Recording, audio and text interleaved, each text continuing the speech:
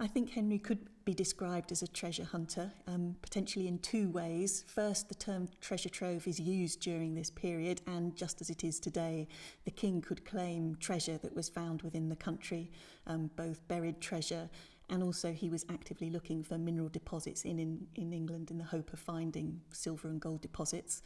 But equally, his attitude towards the courtiers around him, when they fell from favour, he was very quick to confiscate both their property and their possessions, and he incorporated them within his own belongings, often leaving their mottos in place and their badges, so that for anyone else to see, you could see the pitfalls of falling from favour.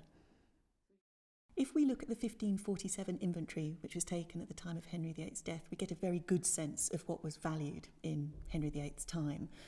It starts with the things that you might expect: jewels, plate, so precious metals and gemstones, but it covers a much wider range of things. So military hardware was of value, ordnance, ships, these all came within the king's personal possessions. But one of the other key areas would have been textiles at this period.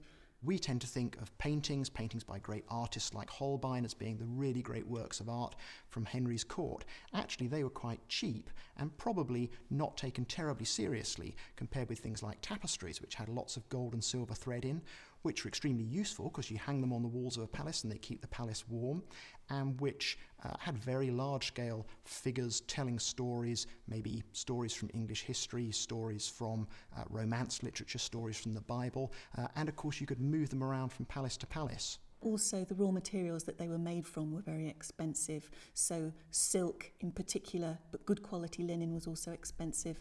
And many of the textiles incorporated metal-wrapped threads. And so again, you've got the raw bullion essentially being incorporated into the textile. And finally, the dyestuffs were very expensive, in particular those prized by the elites. Because certain dyes are harder to obtain and hence more expensive.